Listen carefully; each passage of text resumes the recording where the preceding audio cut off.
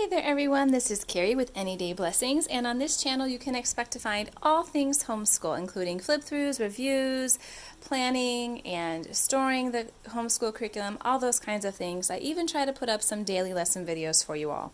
In today's video, it's going to be all about planning. This is a requested video from several of you that have followed me here.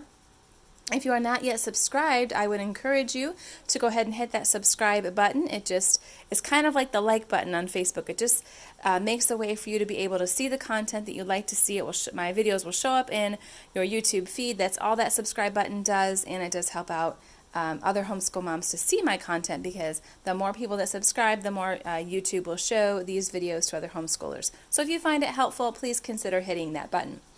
This here is the start, a blank sheet of my planning for the entire homeschool year. This sheet, by the end of this video, will be completely filled out, and this is all I will use, this one piece of paper, to look at the entire year and just go from week to week using this one sheet. I'm going to walk you through step by step how I fill out this sheet, and then at the end of this video I will show you how we use it with a dry erase marker and a plastic sleeve, just checking off things as we go each day, and then clearing it off and starting over with a new week. So let's start off by letting you know that this printable here is available in a 5-day format, which is what I have here, and a 4-day format. So if you happen to school just 4 days a week and have a day for co-op, or you just like the 4-day format so that you can have a day for errands and appointments and things, whatever works for you, there is a 4-day format as well. This printable can be found on Homeschool 101 blog. I will leave a link below to that page where you can find this. And this I've been using, this will be the 3rd year now that I've used this method, and it has just worked out beautifully. But this is what I start with. This is the blank piece of paper, but I don't actually start planning on this piece of paper. I use good old-fashioned plain note cards. There's a couple reasons I use note cards, and I use a smaller size, as you can see here. I wouldn't recommend getting the bigger size, because this keeps you from getting too detail-oriented. If you like the simplicity of this, then you need to start with something really small so you don't fill it up and put more information down and are tempted to overplan. This small planning size here really keeps me from doing too much. This keeps me flexible. It gives me just a basic outline for my day, a routine for my day, and it doesn't give me too much to follow, too many things to have to make sure I get done, or I'm feeling behind, sort of thing. It just gives me some schedule and framework, and I actually use it in the weekly format, and then just repeat 1 week from repeat 1 week to the next using the same routine. So I start with these plain cards, and what I'm going to do here, I'm going to pull this away. I'll probably zoom in a little bit. I'm going to show you the very first thing that I do. So I'm going to zoom in. Don't worry, I'm going to take care of you here. I'm going to zoom in. All right. So I start by just deciding first, the first decision you have to make, am I going to do a 4-day, oh goodness, a 4-day week or a 5-day week? Maybe I won't put my hand there because I'm all zoomed in and that looked really frightening. So you need to decide if you want a 4-day week or a 5-day school week. I actually have chosen to do 5 days, but that 5th day is what we call Fun Friday, so it's not really truly a 5th full day of school. It's more like a half a day of school for us. Maybe I'll use this pen. That works out pretty good. So what I'll do first is just across the top here, I'll label Monday through Friday, and then I'll go through and just think of all the different subjects we want to cover. Now again, not daily lessons, topics or subjects that we want to cover in this school year. All the different topics or subjects we want to cover, I just label down. You see I have got 11 here. This stands for handwriting, history, math, language arts, reading, spelling, science, art, Spanish, geography, and typing. And I just label them all down the side, and this is my first step, okay? This is very beginning. I haven't looked in a book to look at lessons. I'm not really concerning myself with that yet. I'm just like, what do I want to cover, and how many days do I want to do school? The next thing I will do is I will go to this. I will start to label how many days per week or how many lessons, how many times do I want to sit down and do each of these subjects, okay? So as you can see, I'm doing handwriting twice, history twice, math 4 times, language arts 4 times, reading 4 times, spelling 5 times a week, science 4 times, art once, Spanish twice, geography and typing both once each during the week. So that is not even necessarily one lesson per se, because sometimes lessons actually, especially like if you're doing something like apologia or math lessons for a living education, when you hear the word lesson, that usually symbolizes a week's worth of work in those curriculums. If you are talking about BJU Press, for example, a lesson in that curriculum is equivalent to 1 day. Let me just pull the slider door shut here 1 second. I'm sorry for that. It sounds like the neighbor is going to start mowing grass, but that's what's happening in a real life home, right? We've got people living their lives and doing things, so we gotta just kind of go with the flow a little bit. Okay, so that's the next step I do. I will actually label how many times or how many sessions each week I want to sit down and do a particular subject. Okay, so that's the next thing I do. Now, part of what determines this is, number one, the amount of content that I want to cover. So I will sometimes at this step, I will oftentimes go into the curriculum itself, and I will start to look at how many lessons there are, and I will think, okay, how do I want to break this up? Do I want to get this done, in a semester? Do I want to spread this out over the whole year? And that's how I determine this. And for the most part, this is, depending on your state requirements and all that sort of thing, this is up to you. I mean, I'm actually planning to do history 2 days a week, but I'm doing 4 days worth of work. We're going to do a block style format this year because I figured out last year that my son doesn't really care how long a lesson takes. He cares how many things he has each day. So I decided that I'm going to try and cut off math and language arts down to 4 days a week, reading as well, and try and get everything in that 4-day time frame so that I can have one less thing to do on certain days and not have so many subjects per day. So I was able to combine history rather nicely, at least on paper, according to the plan, into 2 days per week. So we will only do history twice. That's just what's important to us. Maybe your child needs short lessons. If he does, you would want to take that into consideration and maybe have more lessons each day, but have them be shorter. Then the next step that I do, again, this would all be on one index card, but I just decided to pre-fill these out to show you each step along the way so that I wasn't going to be, writing and actually doing it live and having to pay attention to what I'm writing and then mess up. So this I would actually do on all one card. Okay, but I have just shown you different cards to represent the different steps. So the third step, after I label all of the subjects with the number of days I want to do, is I will actually go through and start to plan this out. I will start to put check marks that represent the days I'm going to do it. Now I'm going to zoom back out to show you this just for a second. Okay, this here at the top is really helpful because this is where I put things that we do outside of our home. Piano lessons, art class, gymnastics, hockey practice, all of those things. I don't know what we're going to be doing yet this year.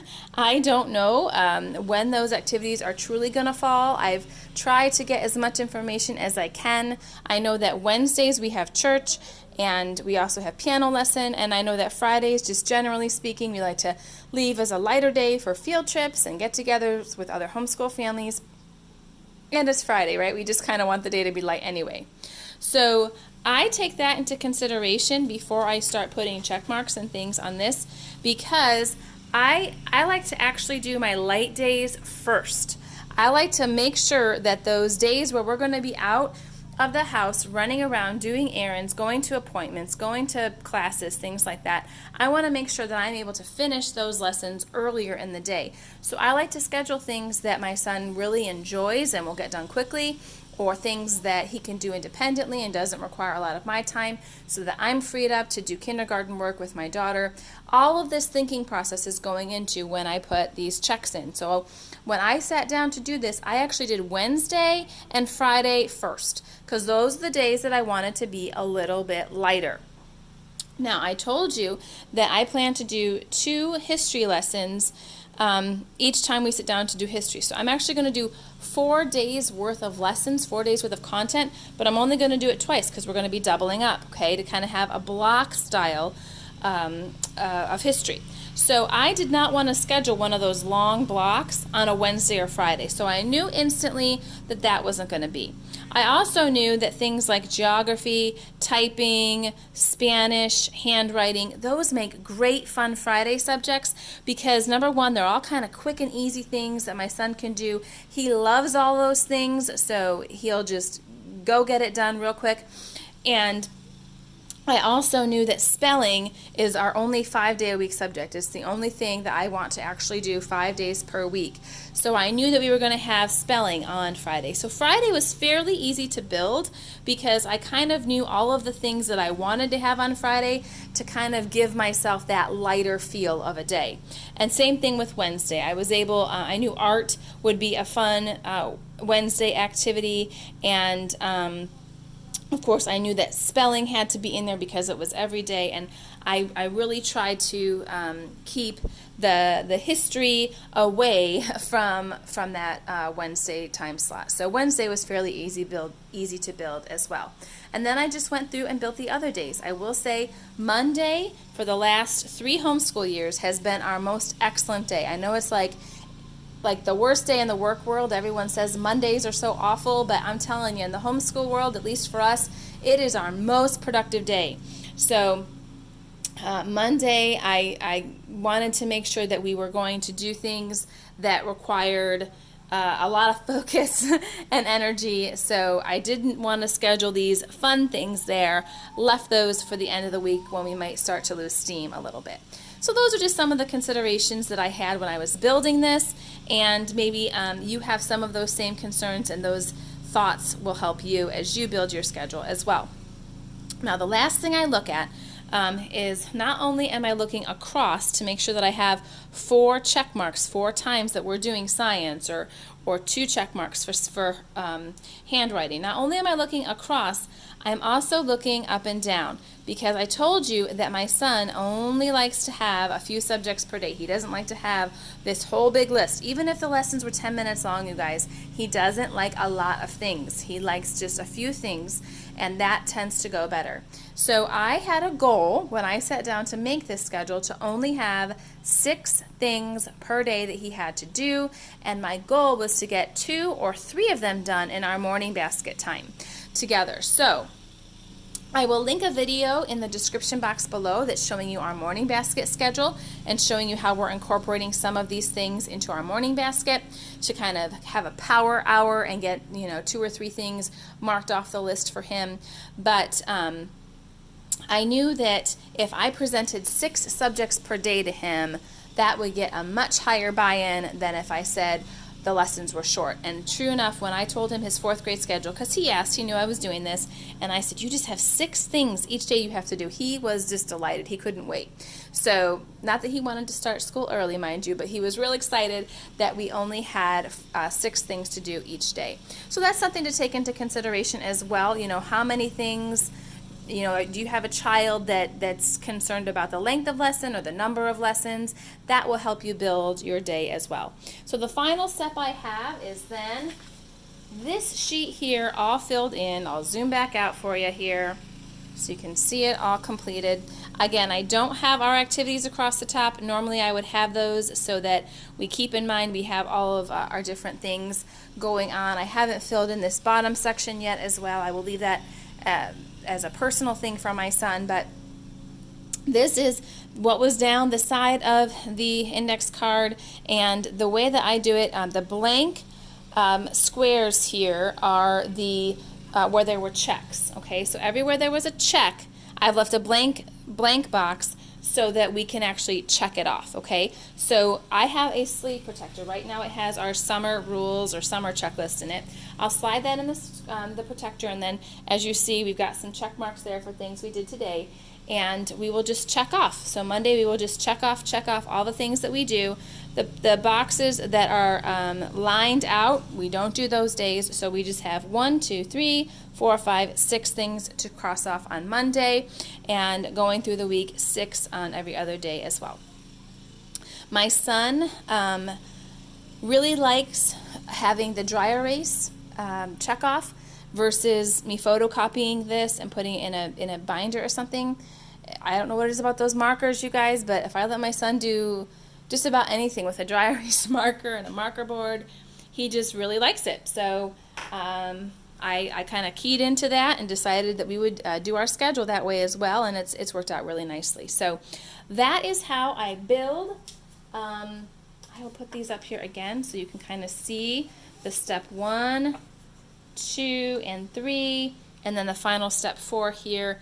That is our homeschool plan for the entire year. We will just wipe this off from week to week. All the weeks are planned out. Most subjects that we purchase come in daily lesson format, so we'll just do a lesson per day, or in the case of history, 2 lessons per day.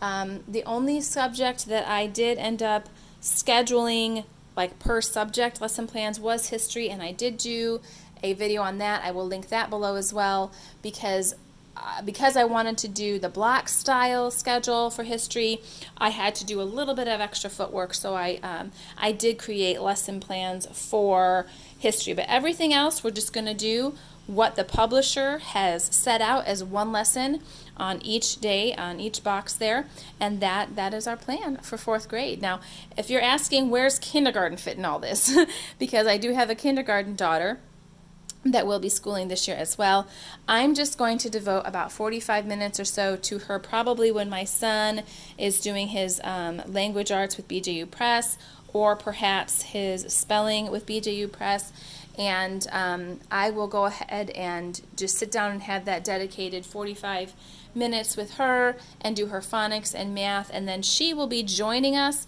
for morning basket and some of these other things. So I'm not scheduling kindergarten science, I'm not scheduling kindergarten handwriting, that sort of thing. I'm just allowing her to join in on those things during morning basket, and whenever my son and I are doing things, the only thing I'm really going to actually sit down and do with her is phonics and math. So that is how I go about making a weekly schedule for our homeschool. I hope you found this video helpful. If you did, please go ahead and hit that like button. It does help other homeschool moms find this, and that is my goal, to just be helpful, to be simple. You see, none of this was expensive. These you can get oodles of index cards at the Dollar Tree for $1. This is free to print off. We don't need to be buying $80 planners or whatever they are. I don't know. I know that's probably a lot. Maybe they're only $50 or $40, but they're beautiful and they're lovely. But if it causes you stress, if it makes you feel like it's one more thing you have to do, it's not a helpful tool. So I just wanted to show you something simple, affordable, and very effective as a way to schedule your homeschool for the entire year. God bless everyone. I will catch you in the comments.